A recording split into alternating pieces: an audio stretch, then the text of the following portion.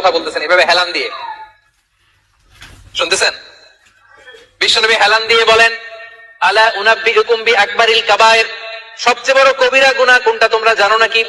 সাহাবারা বললেন, আপনি সবচাইতে ভালো জানেন ইয়া রাসূলুল্লাহ, আপনি বলেন। বিশ্বনবী বলেন, সবচাইতে বড় কবিরা গুনাহ আল্লাহর সাথে শিরক করা, হেলান দিয়ে।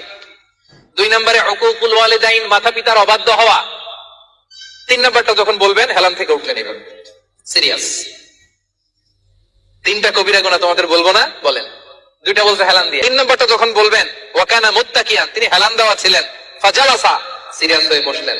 এরপরে বললেন, আলা ওয়া কওলুজ যুর, আলা ওয়া শাহাদাতুজ যুর, সাবধান, মিথ্যা বলো না, মিথ্যা সাক্ষী দিও না, মিথ্যা সাক্ষী দিও না, মিথ্যা সাক্ষী দিও না। বিষ্ণু বলতেই লাগলেন, বলতেই লাগলেন। কতবার যে বলছেন তার কোনো হিসাব নাই। সুবহানাল্লাহ।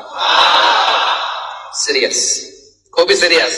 কারণ মিথ্যা সাক্ষী সমাজে অন্যায়কে প্রতিষ্ঠিত করে, চিল্লায় বলেন ঠিক কিনা?